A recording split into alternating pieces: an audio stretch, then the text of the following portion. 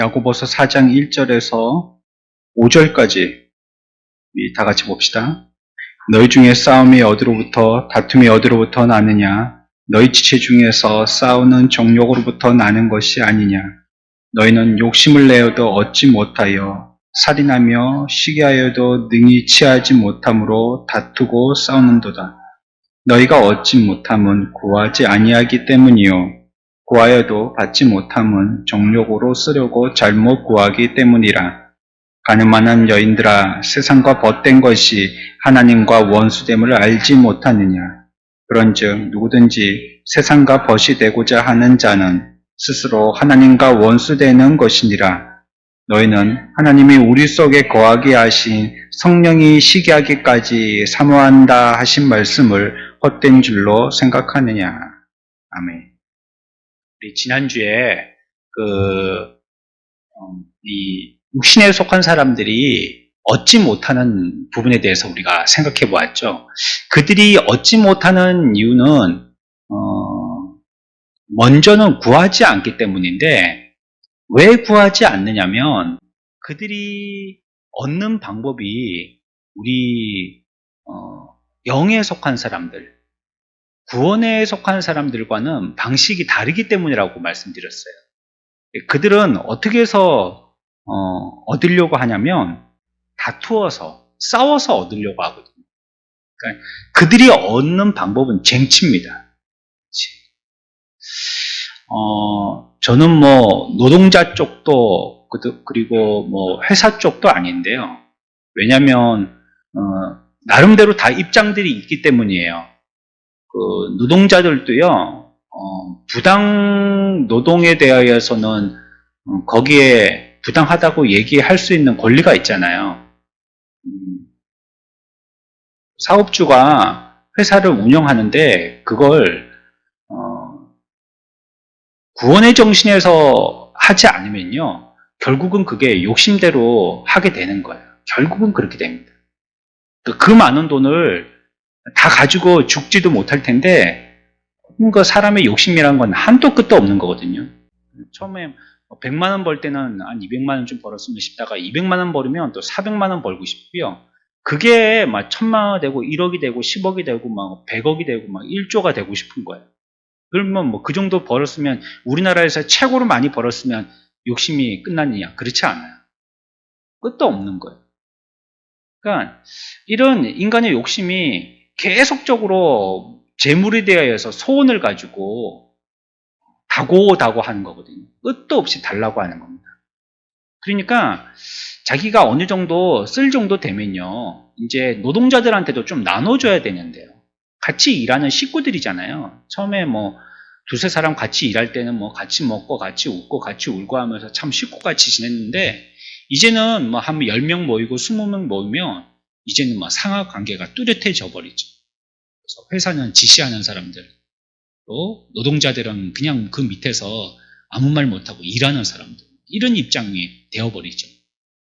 그러니까 어느 입장을 지지하는 건 아니지만, 그러나 사측에서는 어떻게 해서 일하는 일꾼들을 같이 잘 살게 할 수 있을까, 이걸 고민해야죠. 그냥 뭐 후생복지 이 정도로 말고요. 많이 벌었으면 많이 같이 나눠야 되는 거고요.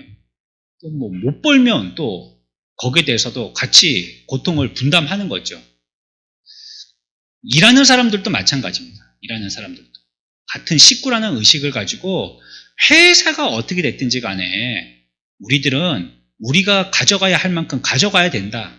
이래가지고 조금 더 손해를 보지 않으려고 그러면 회사가 어떻게 되겠어요? 회사가 없는데 거기에서 일하는 일꾼들이 뭐가 필요합니까? 그래가지고 막 벽에다가 낙서를 하고 또 공장 유리창 다 때려 부수고 자동차로 출입구를 막고 물건들을 전부 다 공장 한가운데 끌어다 놓고 거기에 불 태우고 이렇게 하잖아요. 이렇게. 뭐 그 이유들은, 그렇게 하는 이유들은 이해가 가는데, 그렇게 하는 정신들이 그게 올바르지 않다는 거예요. 사장이든지 일꾼이든지 그 정신이 올바르지 않다는 거예요. 그러니까 이런 어떤 구원의 정신으로 행하지 않으면요, 이걸 뭘 해도요, 결국 그렇게 해서 유익이 되지 못해요. 돈 많은 게 유익이 되지 못해요. 우리 지난 시간에 배운 것처럼요. 기도하지 않는, 기도가 오히려 악한 자들에게는요, 그들을 더욱더 악하게 만드는 거거든요. 왜냐하면 악한 것을 두고 기도하니까 그들은. 계속 악한 것들을 소원하니까. 저는 가끔 영화를 볼 때 좀 이해 안 되는 장면이 조직폭력배의 보스 같은 사람이 죽었을 때 그 장례식 같은 걸 갖다가 주최할 때 꼭 절 같은 데서 한다는 거. 왜 그렇게 하는지 모르겠어요. 그게 좀 이해가 안 돼요. 그러니까 아주 나쁜 놈인데 사람들 죽이기도 하고 불쌍한 사람들 막 고리대업 해가지고 인정사정 봐주지도 않고 그런 일을 하는 사람의 보스가 죽었는데 그걸 갖다가 절에 가가지고 또 절에서는 그걸 갖다가 또 해주고 이런 게 참 이해가 안 되더라고요. 그러니까 그런 사람들도 나름대로 종교적인 힘을 의지해서 뭔가를 빈다는 뜻이잖아요. 그렇지만 거기에 대한 결과는 그들이 얻으려고 하는 그런 것들을 얻지 못하죠. 그러니까 그런 악한 것이 그들에게는 있어갖고 도움이 안 되듯이 물질도요 있어서 다 좋은 건 아니에요. 오히려 없느니 못한 그런 물질의 양이 될 수 있는 것입니다. 그러니까 이렇게 해서 서로가 서로에게 위하고 또 베풀고 함께 잘 살 수 있도록 이렇게 분배만 잘 된다면 물론 같이 협력하여서 생산도 애를 써야 되겠지만 또 분배면 또 같이 노력해서 분배 잘 된다면 그러면 훨씬 더 나은 회사가 될 텐데 말이죠. 훨씬 더 좋은 회사가 될 텐데 그렇지 못한다는 거예요. 불공평하죠. 자꾸. 그러니까 어떻게든지 쿠베 파서라도 올스톱 시켜서라도 회사에 큰 피해를 줘서라도 얻으려고 하는 거를 싸워서 빼내가려고 하고 어떻게든지 사원들 모르게 뒷주머니 차고 어떻게든지 세금 안 내고 어떻게든지 이중 계약하고 이래가지고 뒤에 뒷돈 챙겨가지고 회사의 장부에도 적히지 않은 그런 현금으로 이렇게 서로 쇼핑백에 주고받고 과일 상자에 주고받고 해서 또 개인의 재산을 갖다가 증식하고 이렇게 갖고는 안 되는 거죠.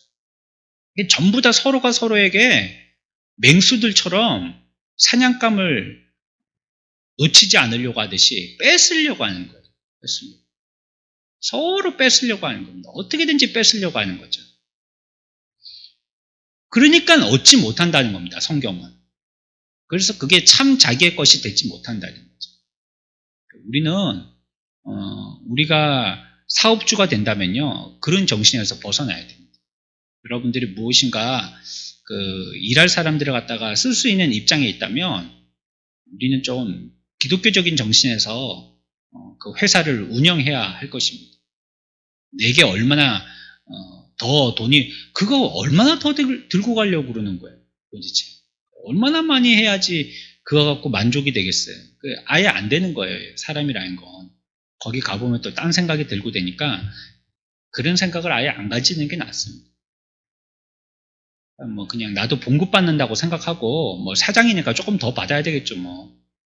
그러면 그거 받아갖고 그냥 나머지는 자꾸 개발한다든지 회사를 키운다든지 그리고 또 나머지 직원들에게 또 그만큼 많이 벌었으면 많이 나눠주고 이렇게 해야지 또 사원들도 회사 좋아해가지고 같이 또 어려움 있을 때 같이 어려움을 이렇게 지려고 하죠. 그러니까 이렇게 하니까요 서로가 다 막 이렇게 맹수들처럼 뺏고 빼앗기지 않으려고 이러다 보니까 얻지 못한다는 거. 성경이 우리들에게 말씀하시는 거. 뺏어가지고는 내게 될 수가 없어요. 싸워가지고는 내게 될 수 없다는 것입니다. 정답은 뭐냐면 구하면은 얻는 거거든요. 구하면. 이들은 구하지 않기 때문에 얻지 못하고 구하지 않기 때문에 얻지 못하는 걸 싸워서 얻는다는 것입니다. 그러면 이들이 구하면 얻을 수 있느냐? 구하면 얻을 수 있습니까? 네, 구하면 얻을 수 있습니다. 그러나 이들은 구하지 않는 거예요. 구하면 얻을 수 있는데 하나님 앞에 간구하지 않더라는 것입니다. 그러면 왜 이 육신에 속한 사람들이 구하지 않느냐? 왜 안 구하려고 하느냐? 첫 번째는요. 그들에게 구하지 아니하는 것, 기도하지 아니하는 것은 그들에게 당연한 것이기 때문이에요. 그걸 당연하게 여기기 때문이에요. 하나님 앞에 간구하지 않는 걸 당연히 여기기 때문이에요. 기도를 무시하는 겁니다. 기도를 선택으로 생각하는 겁니다. 기도해도 되고 안 해도 된다라고 생각합니다. 이런저런 것들은 하면 안 된다라고 반드시 그거는 꼭 해야 된다는 선택, 필수 이렇게 생각하고 꼭 그건 또 안 하면 안 되는 거, 반드시 해야 되는 거. 어떤 거는 꼭 피해서 그런 건 안 해야 되는 거. 이렇게 어떻게 필수, 선택 이런 것들이 있는데 이 악인들은 기도에 대해서는 안 하는 걸 당연하게 생각하는 거예요. 그걸 안 해서 나쁜 거라고 생각하지 않는 겁니다. 기도하지 않습니다. 기도를 무시하는 거죠. 그리고 우리가 기도하러 온다고 하면 그 안 믿는 불신 가족 중에서는 뭐라고 합니까? 시간 낭비라고 생각하죠. 그냥 집에서 피곤하고 내일 다시 출근해야 되면 잠이나 한숨 더 자지. 아니면 그 소파에 몸을 파묻고 조금 드라마를 보든지 TV를 보든지 좀 정신적으로 쉬지. 거기 가서 그거 뭐 한다고 그렇게 몇 명 되지도 않는 사람들이 이렇게 모여가지고 그래 뭘 한다고 그래 자기들끼리 노래를 부르고 그래 기도를 한다고 소용없는 그런 짓들을 하지 말라고 하죠. 시간 낭비라고 생각하는 것입니다. 그러니까 그거는 우리의 삶에서는 실제적인 것이 되지 못한다고 생각을 하는 거예요. 이거는 그냥 우리의 바람이든지 기대이지 이것이 우리의 현실과는 전혀 관계가 없는 우리끼리만의 그러한 작업이라고 생각하는 겁니다. 기도를. 그러니까 우리가 무엇인가 되는 거하고 우리가 기도하는 거하고는 전혀 동떨어져 있기 때문에 서로의 영향을 주고받지 못한다라고 그들은 생각을 하고 있는 것이에요. 그러니까 기도가 필요 없다고 생각하는 겁니다. 소용이 없다고 생각하는 겁니다. 하지 말게도 하고 자기도 안 하는 거죠. 할 필요도 없는 걸. 그러니까 이제 뭘 시킵니까? 자기의 방식을 시키죠. 그렇게 할 것 같으면 내가 가르쳐주는 나의 방식대로 하라고 그걸 시켜주는 것입니다. 그러니까 육에 속한 사람은요. 하나님께 뭔가를 구하고자 하고 싶은 마음이 없는 거예요. 그런 의사가 없는 겁니다. 하나님께 구할 의도가 없는 것이에요. 그 마음에 그런 생각이 아예 없는 거예요.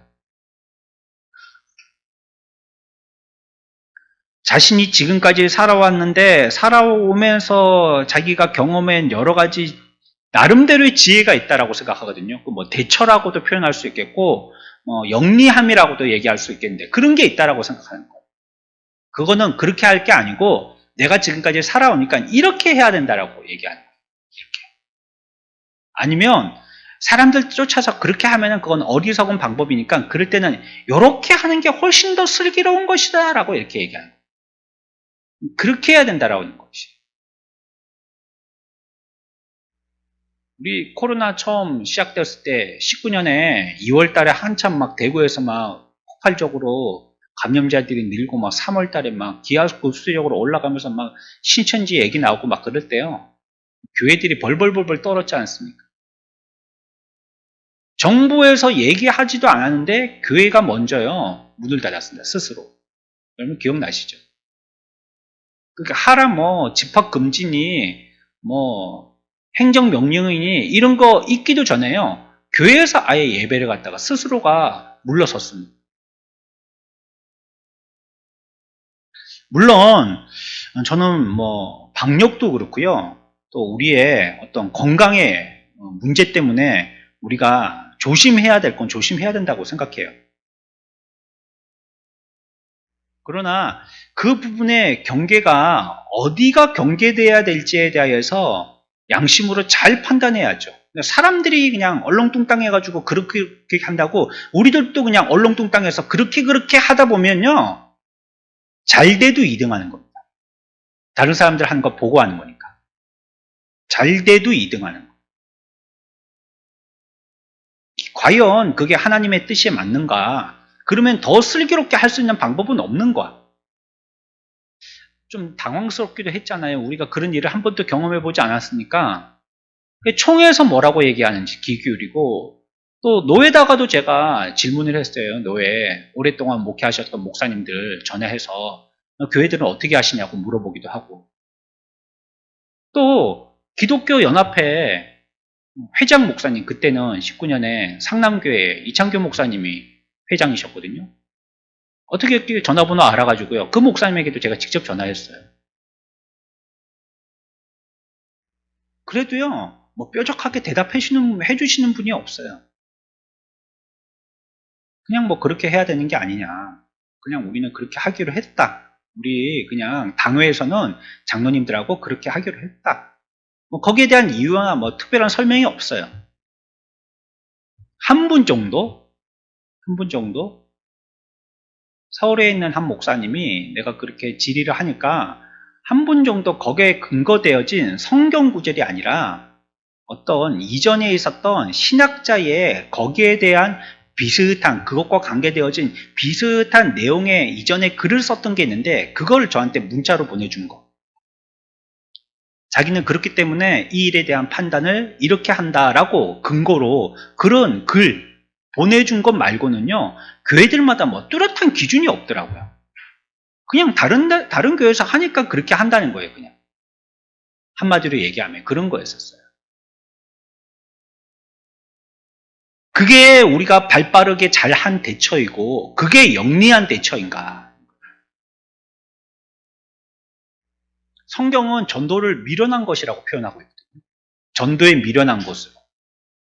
지금 또 성경은 전도에 대해서 번역할 때 똑같이 번역하고 있어요. 전도에 미련한 것. 이렇게 번역하고 있습니다. 그러고 보면요. 정말 전도는 구시대적인 미련한 방법이죠. 호별 전도. 각 대문마다 들어가고 예수 믿으라고. 사람들 만나는 요즘엔 뭐 사람이 없으니까 말이에요. 그러니까 뭐 현관 문고리에다가 전도집 꽂고 물티슈 같은 거 갖다 놓고 이런 거 하고 말이죠. 가두전도. 길거리에서 지나다니는 사람들 만나가지고 그들에게 전도지 주고 읽어보라고 안내 책자 주고 이런 거 하고 또 뭐 길거리 찬양 전도 이런 거 우리 교회는 안 했지만 어떤 교회에 있는 명절 이런 때 가가지고 사람들 이제 주목하고 보면 그때 이제 메시지를 던져주는 노래해가지고 우리 자랑하려고 사람들한테 주목받고 막 우리 잘한다 막 이거 뭐 무슨 공연하는 게 아니죠. 그때 복음을 전하기 위한 방법으로 그렇게 하는 거죠. 여러 가지 방법이 있죠.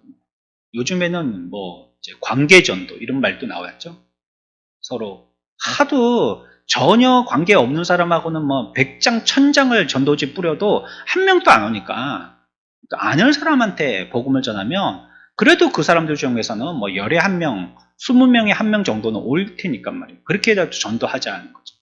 이게 사실 뭐 방법에 뭐 이름은 서로 이런 방법 저런 방법이라고 뭐 그리고 또 프로그램에 이름을 붙이자고 하면 뭐 고구마 전도니 뭐 진돗개 전도니 또 옛날에 뭐 이슬비 전도니 뭐 전도 방법들을 여러 가지 갖고 프로그램 개발하고 그거 갖고 세미나도 하고 뭐 그랬었지만 그게 뭐 다 그런 거고요. 그게 그런 거고. 여하튼지 이 방법은요. 시대를 불문하고 여전히 굉장히 초보적인 방법이죠. 사람을 만나서 복음을 전하는 초보적인 방법이죠. 그래서 이걸 성경은 미련한 방법이라고 얘기합니다. 미련한. 그러면 미련하지 않은 이 시대에 걸맞는 굉장히 좀 세련된 방법은 뭐가 있을까요?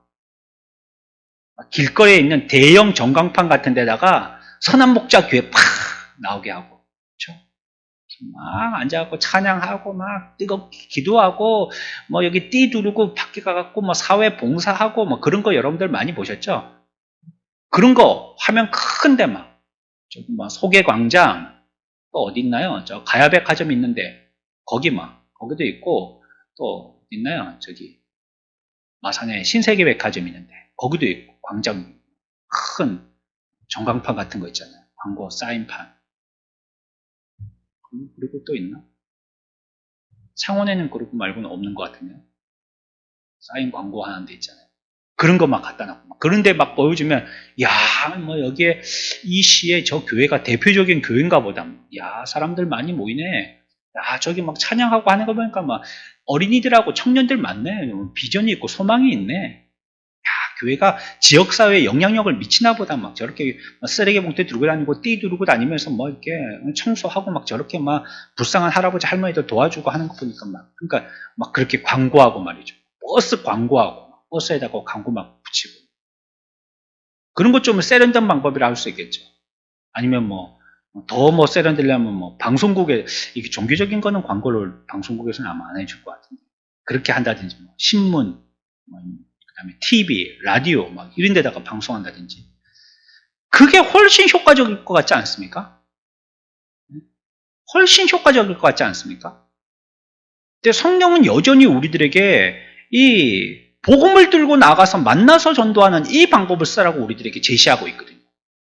사람들 눈에는 그것이 미련한 방법으로 보이지만 우리들에게 전도하도록 가르쳐 주신 방법은 그 방법이라는 거예요. 일단 사람을 만나서 그들에게 복음을 제시하는 것입니다. 믿지 않는 사람들이 기도하지 않는 이유가 그런 것이라는 거예요. 자기의 영리함을 믿는다든지 자기의 결단을 믿는다든지 하기 때문에 하나님 앞에 나가서 기도할 필요가 없고 나의 경험으로 봐서는 그러한 나의 영리함, 그런 이전에 했던 나의 그런 일들이 있을 때마다 내가 했던 그런 결정의 대처들 이런 것이 훨씬 더 지혜로운 방법이라는 거죠. 우리의 어르신들도 얘기하시는 거 들어보면은 뭐 그럴 때는 그렇게 하는 거야 이렇게 딱 구전으로 내려와서 가르쳐 주시거든요.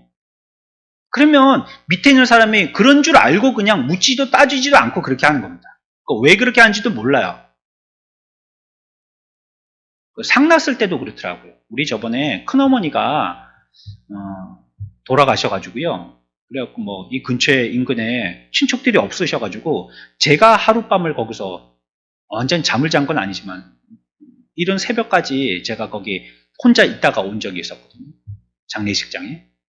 그리고 이제 그 다음날부터 이제 손님을 받기 시작했는데 마지막 날 보니까는 뭘 하라 하는데 무슨 식으로 할 거냐 뭐 이런 걸 물어보고 그분들은 뭐 그냥 일반식으로 하겠다. 뭐 그렇게 하니까 그냥 세상에서 하는 그냥 유교식도 아니고 불교식도 아니고 좀 이상한 식 있잖아요. 그런 걸 하는데 옆에서 그러니까 장례 지도사라는 사람이 와가지고 다 가르쳐 주더라고요. 어떻게 하라고. 그러니까 상주가 뭔지도 모르고 하는 거예요, 지금. 그거 왜 하는지도. 접견실 밖에다가 뭐 이렇게 밥 같은 거 이렇게 그 쌀 같은 거 부어가지고 밥그릇에다가 막 이렇게 숟가락 꼽아가지고 지게든가 뭐에든가 뭐 거기다가 뭐 캠퍼스 같은 데다가 뭐 그 이름 올려놓고 뭐 이렇게 뭐 하고 거기다 뭐 또 신발 벗고 그 위에다가 또 엎드려서 몇 번 절하고 이런 걸 몇 번 시키고 막 들어가서 뭘 하고 하는데 그 의미를 몰라요 자기도. 이거 왜 하는지 몰라요 내가 보니까. 우리 사촌 형이었는데 그 상주가 그 하라고 할 때 하는 거 보니까 왜 하는지 모르더라고요. 다음에 가서 제가 한번 물어봐야 되겠어요. 지금 그거 시킨 대로 한 거 그게 무슨 뜻인지 아느냐고 내가 한번 물어봐야 되겠어요.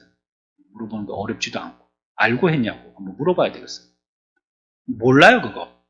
아마 모르고 하는 걸 겁니다. 그게 하라고 하니까 이렇게 하십시오. 뭐 장례 지도사가 또 관이 들어간 다음에 뭐 이 장의사 문 딱 그 차 문 닫힐 때 그 앞에 절을 하십시오. 그 왜 하라고 그런지도 모를 거예요.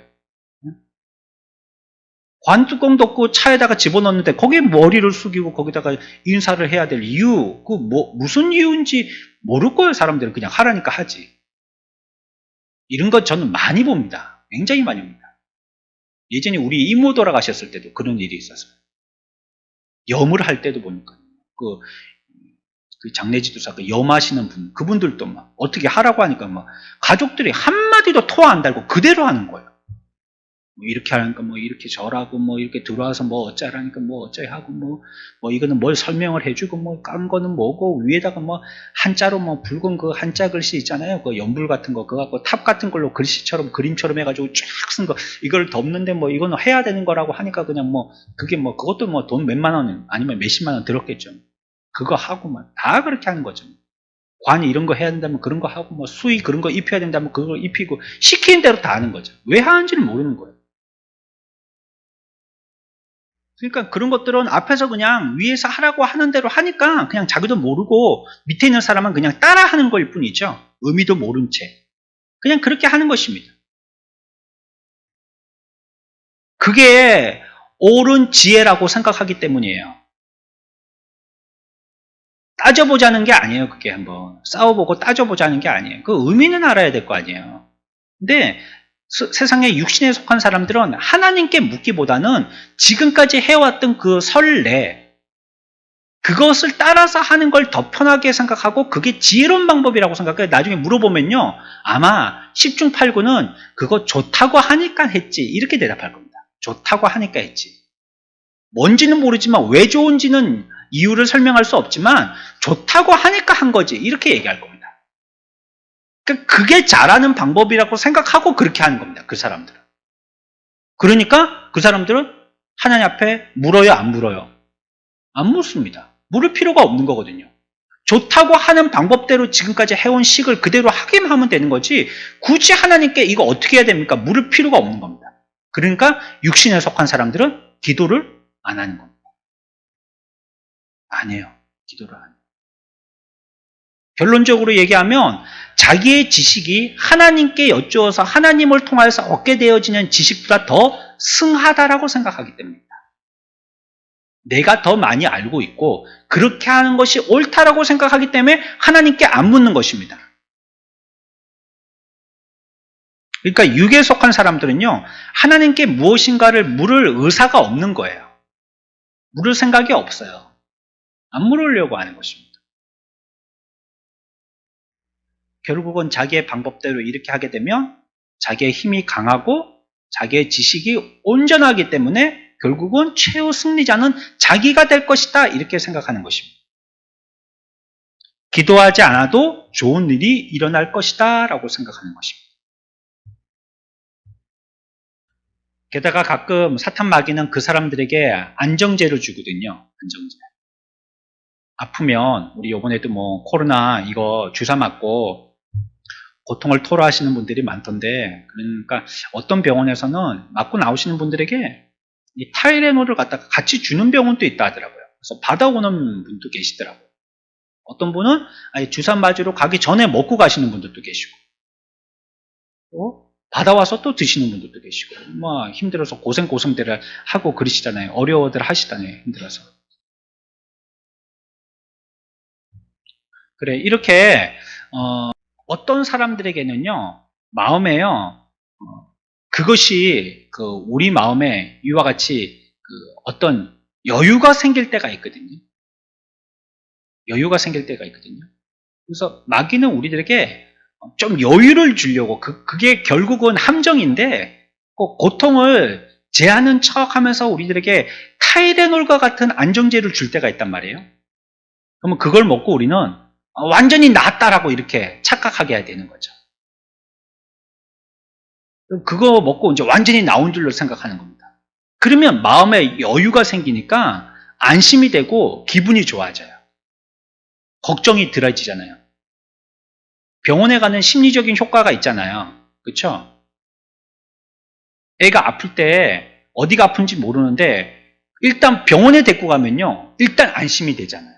이 아이가 거기서 병을 낫게 되든지 못 낫게 되든지 간에 일단 데리고 병원에 도착하면 일단 부모의 마음은 한 30%는 안심이 되잖아요. 뭐 검사해보고 뭐 의사가 별거 아니다 싶으면 그냥 똑같은 증세는 여전한데도 불구하고 의사가 별거 아니다 싶은 그 얘기를 해주면요. 그냥 뭐 별거 아니겠지 하고 그냥 예전까지는 그냥 굉장히 심각하게 이게 죽을 병인가 하고 얼굴이 사색이 됐다가도 그냥 얼굴이 피는 겁니다. 별거 아니다 하니까 의사가. 그것처럼 우리의 마음에도 마귀가요. 늘 그렇게 힘들고 막 하나님 앞에 기도하지 않았으니까 결정하는 일들마다 다 실패고 전부 다 패배고 그러면 하나님 앞에 나와서 기도할 텐데 마귀가 그러지 않게 하거든요. 타이레놀을 줘가지고요. 살짝 고통을 면하게 해주니까 기분이 살짝 좋아져가지고요. 아, 기도 안 해도 되네? 하면서 막 들떠 있는 거예요. 그리고 더욱더 기도 안 하게 되죠. 기도 안 해도 살 수 있구나 하는 믿음을 주는 거예요. 마귀가 사람들에게. 기도 안 해도 돼. 하나님 앞에 나와서 간구하지 않아도 돼. 구하지 않아도 된다는 믿음을 우리 가운데 주는 겁니다. 그러니까 그 사람들은 그 마음에 그래가지고 부자 되고 그래가지고 건강하고 그래가지고 자식들 공부 잘 시키고 그래가지고 건물 사고 땅 사고 이렇게 사는 거예요. 그 사람들은. 이런 마음으로 사는 겁니다.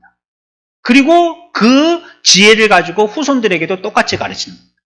기도하지 않아도 돼. 하나님께 구하지 않아도 돼.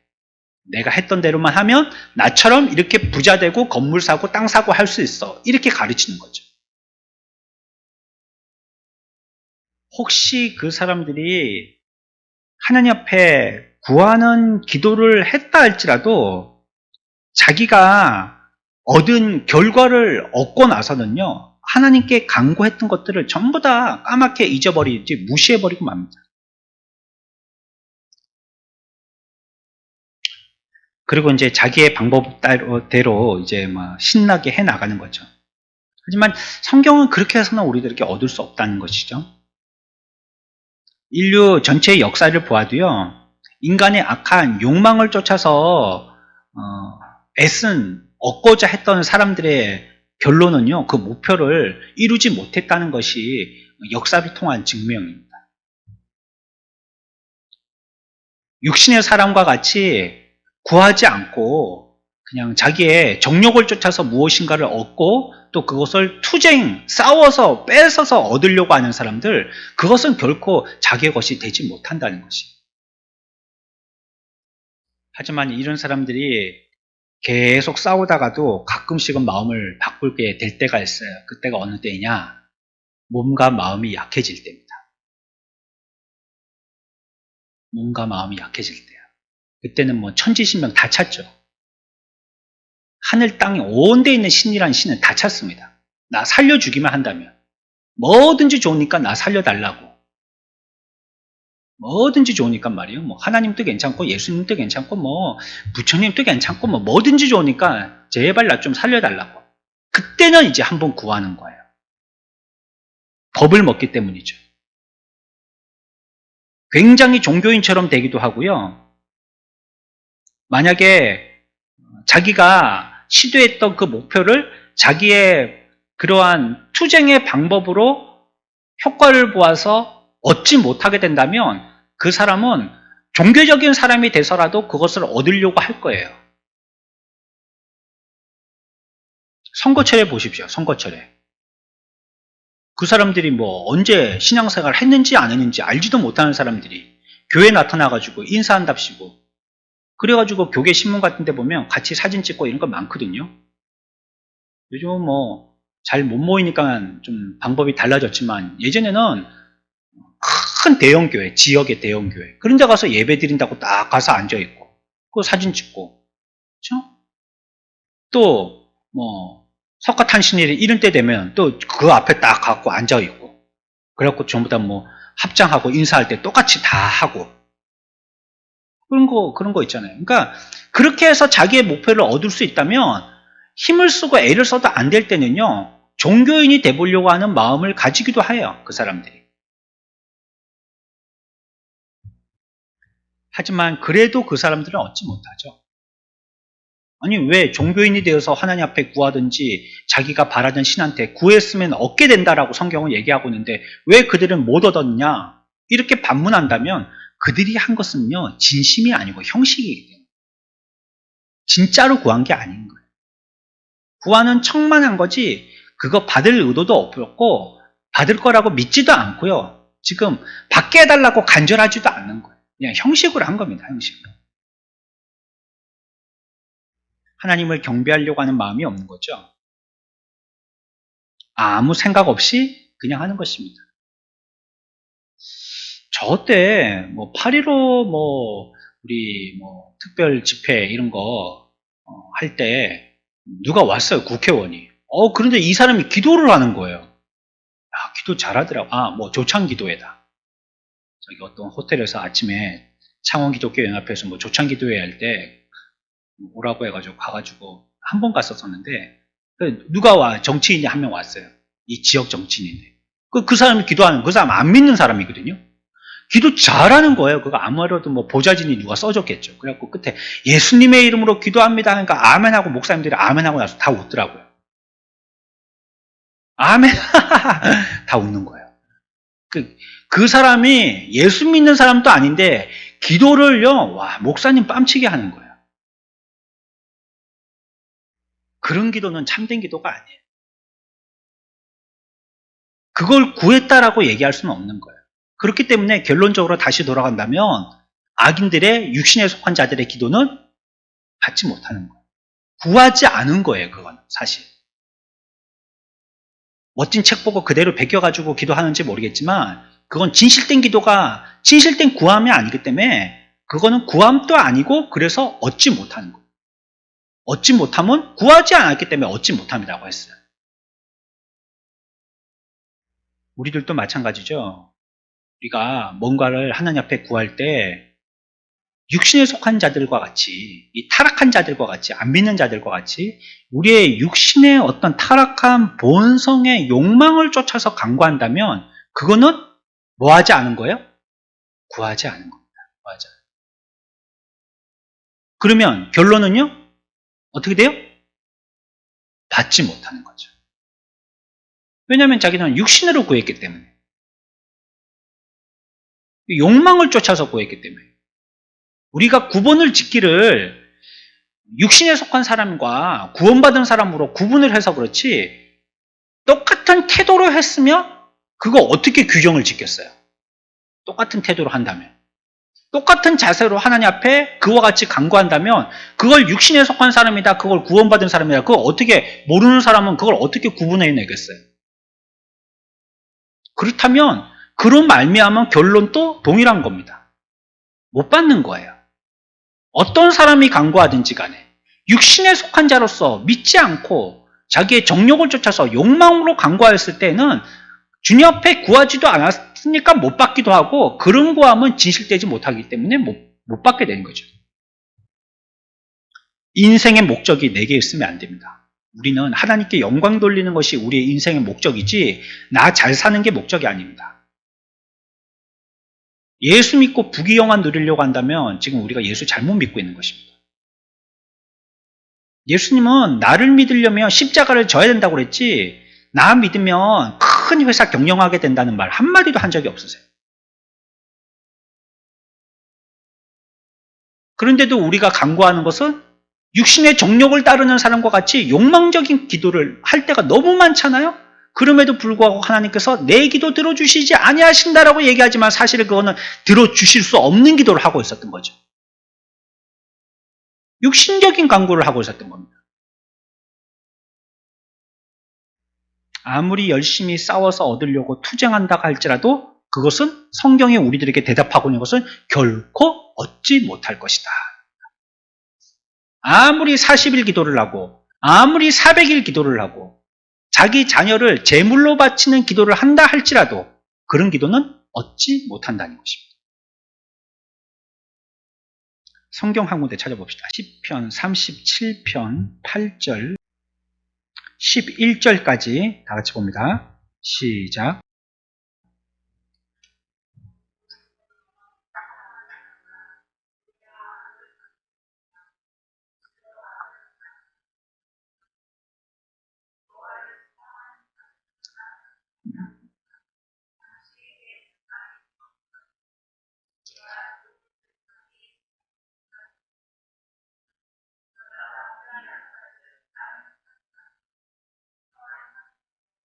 아멘. 얻고 얻지 못하고에 대해서 얘기하고 있죠. 여기서도. 누가 차지하느냐, 누가 차지하지 못하느냐. 여기 대해서도 여기에 시편에서 우리들에게 얘기하고 있어요. 악인들은요 없어지고 못 얻는다는 거예요. 그들은 못 얻어요. 얻지를 못한다는 거예요. 구하여도. 그렇지만 나중에 11절에 보면 온유한 자들은 얻는 거예요. 얻게 된다는 겁니다. 얻어도 얼만큼 얻느냐면 풍성하게 얻게 된다고 얘기하고 있어요. 얻게 된다. 얻을 수 있다. 근데 악인들은 못 얻는다는 거예요. 얻지를 못한다는 거예요. 가지지를 못하게 된다는 것입니다. 그래서 우리가 오늘 야고보서 4장에서 말씀한 것과 같이 너희 중에 싸움이 어디로부터, 다툼이 어디로부터 나느냐? 너희 지체 중에서 싸우는 정욕으로부터 나는 것이 아니냐? 너희는 욕심을 내어도 얻지 못하며 살인하며 시기하여도 능히 취하지 못하므로 다투고 싸우는도다. 너희가 얻지 못하면 구하지 아니하기 때문이요 라고 하는 이 말씀에 지금까지 설명드린 악인들, 육신에 속한 사람들이 얻지 못하는 이유에 대해서 분명히 우리는 귀 기울여 기억해야 될 것입니다. 이렇게 하면 못 얻는 것입니다.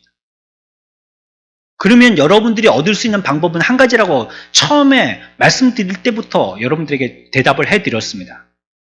정욕으로 구해서 얻으려고 하는데 못 얻어요. 주시지 않기 때문에. 그런데 얻을 수 있는 방법이 있는데 그것은 싸우는 거라 했습니다. 그러니까 여러분들이 정욕으로 구하려고 해서 하나님께서도 주시지 않을 걸 갖다가 얻고 싶어 해서 얻으려고 한다면 그거는 싸우는 수밖에 없어요. 누구하고든지 싸우게 돼 있습니다. 뺏어야 되는 거예요. 투쟁해야 되는 겁니다. 하나님의 방법이 아니죠. 지금까지 제가 말씀드린 건요, 육에 속한 사람들의 분류입니다. 육에 속한 사람들. 그러니까 오늘 우리가 야고보서 4장에 읽었던 것은 믿지 않는 자들, 세상에 속한 사람들, 구원받지 못한 사람들, 그 사람들이 구할 때에 아니면 우리에게 그런 성정으로 하나님 앞에 간구함이 살아있어서 기도하는 사람들, 구원받은 자이나 정욕으로 쓰려고 그걸 억지로 뺏어서라도 내 것 삼으려고 하는 사람들, 이런 사람들에 대한 태도라면, 그러나 우리가 소위 그리스도인들이라고 하면서 간절하게 하나님 앞에 기도하고 간구할 줄 바랄 수 있는 사람들, 그런 사람들임에도 불구하고 얻지 못할 수도 있는 것이에요. 그리스도인임에도 불구하고 못 얻을 수 있는 것이에요. 물론 우리 그리스도인들은요, 불신자들보다는 훨씬 고상한 것을 추구합니다. 그들이 기도할 수 없는 걸 우리는 기도하죠. 기껏해야 그 사람들은 이 땅에 속한 것들을 간구하지만 우리들은요, 하늘에 속한 것들을 알고 있기 때문에 그것을 달라고 간구하기도 합니다. 최소한 겉으로만 보면요, 목적이 참된 부요함이라든지 아니면 하나님을 영화롭게 하는 것이라든지 이런 것들에 대해서 수준차가 딱 나죠. 우리가 구하는 것들이 하늘에 있는 것들로 딱 이렇게 수준차가 납니다. 하지만 모든 그리스도인들이 구한다고 다 받지 못하는 결론에 이를 때도 있더라는 것이에요. 그리고 오히려 그 개인교회와 그 공동체 교회들이 오히려 받지 못함으로 끝나는 것이 아니라 더 쇠락해지기도 하더라는 것이에요. 아니, 3절까지의 말씀과 같이 육에 속한 사람들이 간구하는 것은 정욕으로 쓰려고 뺏어서 얻으려고 하기 때문에 얻지 못한다는 결론에 이른 것은 내가 동의하는데, 그러면 그리스도인들이 구한다면 그것은 얻어야 될 것이고 아니면 기본은 돼야지 오히려 후퇴되게 한다니 이거 이해가 안 될 노릇이잖아요. 물론 우리가 여러 가지 핑계를 댑니다. 뭐라고 핑계를 대냐면 인구가 줄어서 그렇다고 어떤 교회의 부흥에 대해서 우리가 부흥을 꿈꾸고 하나님의 영광이라는 것들 위해서 기도를 한다든지, 또 우리가 하나님 앞에 간구할 때에도 주님 앞에 참된 부요함을 위해서 간구하는 이런 것들도 얻지 못할 때에 물론 그 이유는 이와 같이 세상에 많은 사람들이 자꾸 아이를 안 낳고 그러니까 인구가 주니까 그거 어떻게 그런 부요함이라든지 그런 어떤 하늘의 상급이라든지와 관계되어진 이런 것들을 얻을 수 있겠냐고, 그것이 이유라고 얘기하기도 합니다. 그리고 세상이 너무 부패했고 타락했기 때문이라고 얘기하기도 하죠. 그래서 어떤 지역에서는요, 거의 공예배가 사라진 곳도 있어요. 지역에 교회가 없는 곳이 있어요. 이제. 옛날에는 동네마다 교회가 없는 데가 없었거든요. 시골 저 구석마다 야 이런 데도 교회가 있나 싶은. 저기 어디더라? 저기 어떤 섬에 그게 무슨 섬이더라? 남해 아니 그 거제도에서 가면은 그 배 타고 들어가는 그 섬이 뭐죠? 네?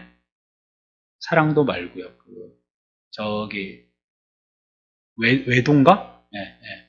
그 안에 보면 그 조그만 교회 있죠. 조그만 거. 예배 처소 같은 조그만 교회 있잖아요.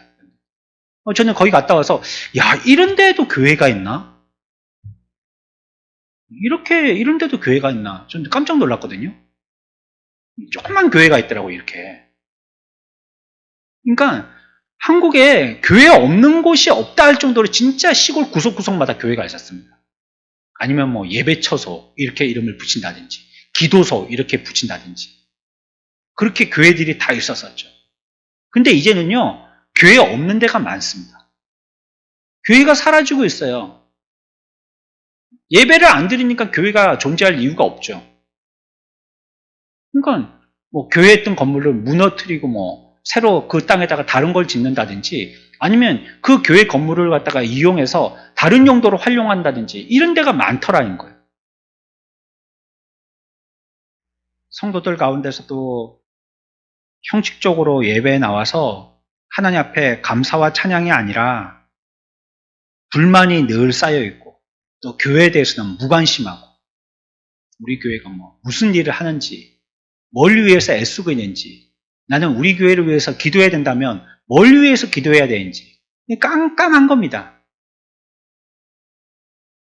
그래서 그 교회 등록도 하지 않고 헌금을 해도 자기 이름도 떳떳하게 드러내지도 못하고 그냥 와갖고 헌금도 안 하고 해도 뭐 자기도 표현 안 하고 또 등록도 안 하고 막 이러면서 그냥 예배만 드리는 거예요. 예배만. 날이 갈수록 성도들은 자기를 갖다가 드러내기를 싫어하거든요. 그게 뭔가 고상한 성품처럼 오늘날 자기를 숨기고 자기를 나타내려고 하지 않고 좋은 모습만 보이고 자기의 추한 모습은 드러내려고 하지 않고 그러면서 신앙생활을 자기가 알아서 해나가고 있거든요. 그러니까 환자가 알아서 처방해서 고쳐나가는 겁니다. 의사의 손길을 구하지 않고 환자 자신이 자기가 알아서 뭐 의학 용어 써 있는 것 중에서 적당한 약 골라서 먹는다든지 적당하게 자기가 그냥 배 보고 수술한다든지 이러고 있는 거예요. 오늘날 그런 성도들이 얼마나 많습니까? 길거리에서 누가 목사님을 보고 인사했는데 목사님도 그 사람이 자기 성도인지 모르고 그 성도도 저기서부터 오는 그 담임 목사님께 인사를 할까 말까 왜? 자기를 모를 테니까. 마주치는 데까지 인사할까 말까 갈등을 하면서 오고. 오늘날 대부분 그렇잖아요. 그러니까 작은 교회는 자꾸 없어지고요. 큰 교회는 몰리는데 그것도 이제는 뭐 아이도 안 낳고 또 뭐 믿다가도 진실하게 하나님 앞에 영광이라든지 주의 복음을 위한 이런 사명으로 그렇게 하려고 하지 않으니까요. 자꾸 빠져나가게 되죠. 그래가지고는 뭐 그 교회 3분의 1 이상은 무적 교인들이라는 거예요. 등록하지 않은. 3분의 1. 어느 교회든지 3분의 1은 모르는 거예요. 유령 교인들이에요. 이 사람이 우리 교회 교인인지 아닌지 아무도 모르는 거예요. 자기만 알죠. 나는 이 교회에서 예배 드리고 왔다.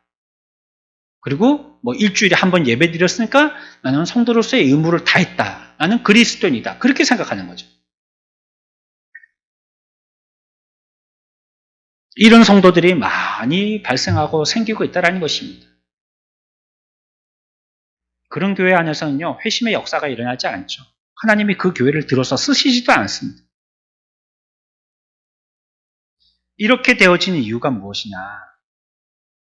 자칭 그리스도인이라고 하면서요, 잘못된 방법을 가지고 자기 욕구를 이루려고 하기 때문이죠.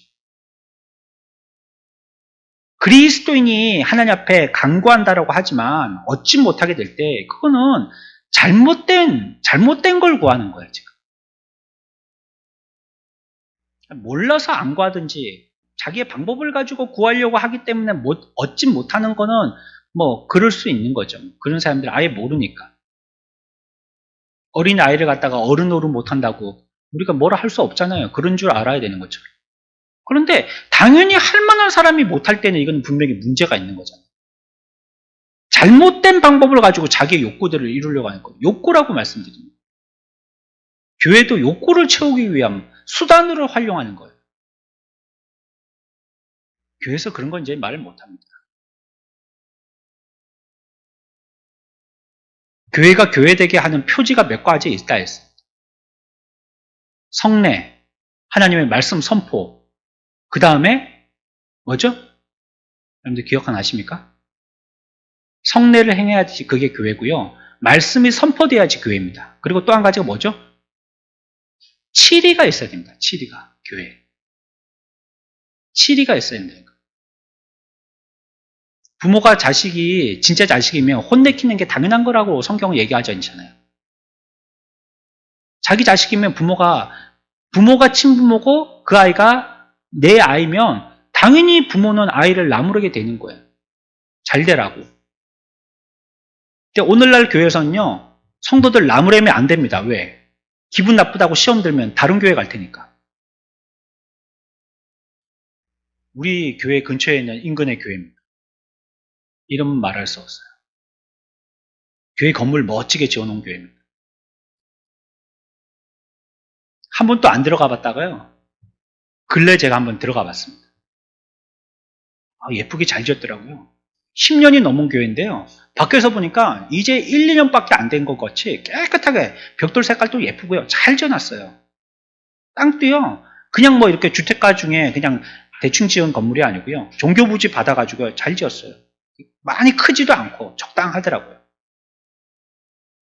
예배당 길이는 우리 교회 예배당 한 1.5배? 조금 더 되고, 폭은 우리 정도보다는 안 되는 것 같아요. 폭은 조금 더 좁은 거.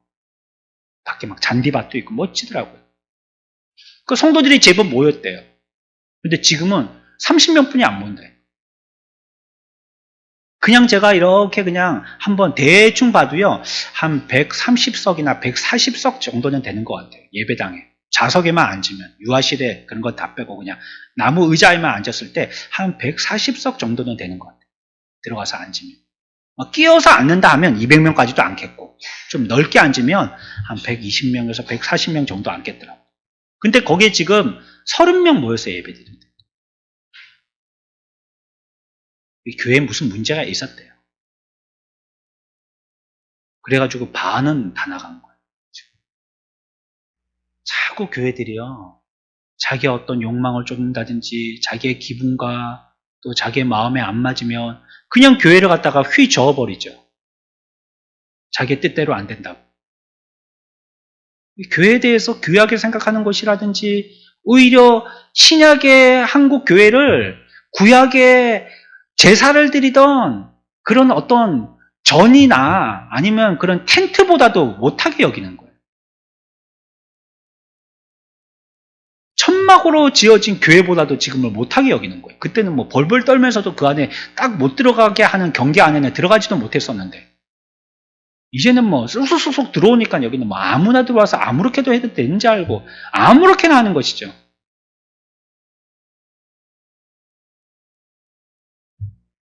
교회에서 싸우고, 그리고 뭡니까? 잘못했다라고 죄를 지적하면요, 기분 나쁘고 상처받았다고 얘기하고 삐치고, 그러고라도 붙어 앉아있으면 다음에 그 사람이 어떻게 해서든지 마음을 수정할 수 있는 기회라도 있을 텐데 안 있거든요. 그런 사람들은 다 옮기거든요, 교회를. 물론 이유는 여러 가지겠죠. 뭐 이래서 저렇다 저래서 저렇다 뭐 이유는 여러 가지죠. 근데 그 속 내막을 보면 그런 거예요. 자기의 만족이 채워지지 않으니까, 아니면 그것 때문에 기분이 상하니까 내 여기서 부끄러워서 신앙생활을 못한다든지, 여기서는 그런 걸 갖다가 뭐 평생 가도 내가 이루지 못할 것 같으니까 내 소원 이룰 만한 곳으로 찾아간다는 거. 오늘날은 이상하죠? 성경은 목자가 양의 음성을 안다고 그랬는데 오늘날은 양들이 목자를 갖다가 선택을 한단 말이에요. 선택을 할 때. 목자의 음성을 아는 게 아니고 선택을 할 때 말이죠. 그러니까 이런 식의 대간이 그런 모임들 가운데서 그렇게 하는 우리의 예배 모임 가운데서 하나님 앞에 간구하는 이런 간구가 과연 하나님 앞에 온전한 간구가 되겠냔 말이에요. 또 교회들끼리도 분쟁을 하잖아요. 싸우고. 교회는 안 싸워야 됩니다. 누가 뭐 찌지고 볶는다고 하면 그냥 알아서 하라고 신경으로 끊는 게 낫습니다. 그게 뭐 어떻게 된 거냐고 뭐 그 빙 뉴스나 안 것처럼 뭐 화들짝 해가지고 그럴 필요가 없어요. 그래봤자 누워서 침 뱉깁니다. 그 교회는 다 하나기 때문에 뭐 썩은 교회든지 상한 교회든지 냄새나는 교회든지 다 그게 우리 교회입니다. 그게. 교회는 공동체, 공교회입니다. 교회는 하나거든요. 다 주님의 피값 주고 산 교회죠, 뭐. 썩은 문드러지는 교회라 할지라도. 그거 갖다가 막 휘젓고 파느라고 무슨 큰 뉴스나 안 것처럼 그럴 필요가 없는 겁니다. 우리 교회가 이 지역의 어떤 교회보다도 자랑스러운 교회가 돼야 된다는 거예요. 경쟁을 하죠, 그래서 교회들끼리. 여기는 뭐 우리 교회가 더 가까우니까 이 학교에는 전도 나오지 말라고. 당신들은 저쪽에 다른 데 가서 전도, 다른 학교 가서 전도하시라고. 우리 교회가 바로 이 지척에 있는데 이까지 와서 전도를 하시면 어떻게 되냐고 막 정색을 하고. 아니 이 동네는 우리 교회가 있는 동네인데 여기까지 와서 전도를 하시면 어떻게 하냐고. 당신 교회에 있는 그 동네 전도하시라고. 아니 뭐 우리가 조직도 아니고 말이에요. 예? 깡패 조직도 아니고 뭐 나우바리가 뭐 니네 거 우리 거 뭐 따로 있는 거예요 이게? 땅끝까지 가서라도 복음을 전해야 된다는데 그러면 우리가 땅끝까지 어떻게 가겠어요? 외국 사람들은 외국 사람들끼리 다 알아서 해야지. 그러면. 이러고 서로 쟁투를 하는 것입니다. 교회를 볼 때도 얼마나 더 화려한 교회냐, 얼마나 더 브랜드 있는 교회냐, 교단이 어디냐. 요즘 뭐 어느 정도 교회 다니시는 분들은 교회 선택할 때 목사님에게 물어보잖아요. 목사님 이 교회가 어느 교단입니까? 이런 걸 물어보잖아요. 물론 이단일까봐 조심스러우니까 물어보기도 하지만요. 아니 교단이 왜 그게 옛날처럼 교단 색깔이 뚜렷한 시대도 아닌데요. 그게 왜 그렇게 중요할까요? 그래봤자 어떤 교단에서 하는 거 나중 되면 모든 교단에서 똑같이 다 하는데 말이에요. 요즘에 교단 색깔이 어디 있어요? 그리고 목사들도 경쟁을 합니다. 우리 목사님은 어떻고 우리 목사님의 설교는 어떻고 아이고 저 목사님은 나이도 들었고 배운 것도 없고 시골 한 구석에 있고 아이고 우리 목사님은 어디 유학을 했고 어디에서 이미 목회를 하셨고 교회가 몇천 명 몇만 명에 있는 교회 목사님을 모셔왔다고 이러니까 서로 그런 거 가지고도 유능한 교회와 유능한 목회자를 가지고 서로 경쟁을 하는 겁니다. 복음에 대한 업적도 앞세우려고 하고요. 하나님 앞에서 거룩한 성김의 모임이 아니고 어떤 인간적인 유능함이 있는가 이거 자랑하는 모임이 되어버렸어요. 교회들마다 다 성령이 거하는 건 아닙니다. 악령이 거하는 교회도 있습니다. 기도할 때마다 성령님이 항상 함께 하시는 게 아닙니다. 사탄 마귀가 옆에서 속삭이는 때도 있습니다. 하지만 오늘날 여기에 둔감해져 있는 그리스도인들은 이것을 두고 슬퍼하지 않습니다. 우리의 상황이 어떻게 되어졌는지에 두고 한탄하지 않아요. 마음 아파하거나 가슴 아파하지 않아요. 그거 그냥 당연하게 받아들이는 겁니다. 그냥 이 시대의 문화를 누려가면서 이 시대의 향락 가운데에 크게 죄라라고 하는 범죄에서만 벗어나서 그냥 어떻게 삭삭삭삭 피해가면서 요리저리 꽤 있게 그렇게 믿음 생활하는 걸로 그렇게 하고 있어요.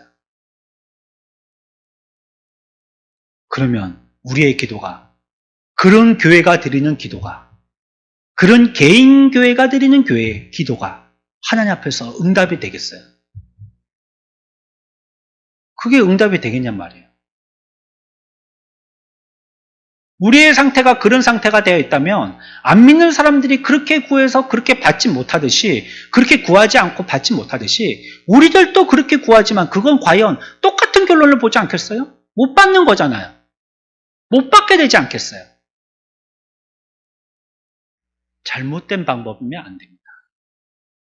개인적인 정욕을 위한 거라면 안 됩니다. 기독교에는 철저하게 이타적이어야지 됩니다. 자기만을 챙긴다면 기독교인이라고 할 수 없어요. 자기 위주가 되고 우리 교회, 내 교회, 우리 구역, 우리 목장, 우리 식구, 이렇게 되면 이거는 바른 교인이라고 할 수 없어요. 기독교가 그런 게 아닙니다. 하나님을 사랑하는 것은요, 이웃 사랑하는 것으로 하나님을 사랑하는 것이라고 했습니다. 이웃을 사랑하지 않으면 하나님 사랑한 게 아니에요. 나 사랑하는 거 말고요. 나 사랑하는 건 죄예요. 죄. 나만 사랑하는 건. 나와 관계된 것만을 좋아하는 건 죄예요. 그건. 다른 사람들이 먼저가 돼야 됩니다. 철저하게 이타적이어야 됩니다. 그러니까 우리가 5계명부터 해가지고 10계명까지를 지키는 것은요, 그건 전부 다 사람들에게 대한 거잖아요. 사람들에게, 타인들에 대한 거잖아요. 그게. 나 위하라는 게 아니고 다른 사람들을 위하라는 거예요. 전부 다. 내 주변에 있는. 근데 그것은요, 1, 2, 3, 4계명과 관계되어진 것입니다. 그것이 바른 것이 되기 위해서는 5부터 10계명까지가 이루어져야 된다는 것이 교리인 거예요. 그러니까 하나님을 섬기려면요, 이웃 사랑이 돼야 된다 이 뜻입니다. 하나님 섬긴다고 하면서 우리 교회, 내 것, 나 이런 위주가 된다면 하나님 안 사랑한 거예요. 예수 믿는 거 아니라는 뜻입니다. 이런 사람이 되어서, 이런 교회가 되어서, 이런 예배의 공동체가 되어서 간구하는 기도를 하나님이 들으시겠냔 말이에요. 이거는 지금 자기의 욕심을 채우려고 하는 것이기 때문에 정욕으로 쓰려고 잘못 구한 거죠. 그거는 응답받지 못합니다. 아무리 교회 이름을 붙이고 기도해도, 아무리 성도라고 그렇게 기도하고 안 됩니다. 응답 못 받는 거. 잘못 구하지 말아야 됩니다. 잘 구해야 됩니다. 총알 100방 쏴봤자 뭐합니까? 한 발도 적중하지 못하면 헛발 쏜 겁니다. 헛발. 1000발 쏴봤자 뭐합니까? 한 발도 맞추지 못한다면. 시간 낭비, 돈 낭비하면 10,000발 쏴봤자 뭐합니까? 평생 쏴고 있어봤자 뭐합니까? 한 발도 제대로 못 맞춘다. 우리가 제대로 되지 않으면 안 되는 것입니다. 우리가 바로 되지 못해서는 우리가 하는 기도의 내용이 결코 바로가 될 수 없는 겁니다. 우리가 이 시간에 배웠던 것 여러분들 기억하시면서요. 육신에 속한 자들 얻지 못한 이유, 그리스도인이지만 얻지 못한 이유, 오늘 야고보서에서는 뭐라고 말씀하셨는지 여러분들이 기억하시고, 우리가 앞으로 기도할 때는 하나님 앞에서 한 사람이 기도를 통하여서 하늘 문을 여시고 그를 통하여서 850인의 사람들과 이길 수 있는, 왕의 마음도 돌이킬 수 있는 하나님의 놀라운 역사를 일으키시는 이적과 기적을 보여주신 것과 같이 한 사람의 바른 기도는요, 하나님에게 귀하게 붙들림 받아서 역사를 바꾸는 것입니다. 그러나 850명은 아무리 요청했지만 하늘에서 어떤 기미도 나타나지 않았던 것입니다. 여기에 모인 우리 사랑하는 선한목자교회 모든 성도들은 그 850명의 무리 가운데 소속된 게 아니고 일리야와 같이 한쪽에 한 사람에게 속하는 귀한 기도를 드릴 수 있는 귀한 성도들이 다 되시기를 축원합니다.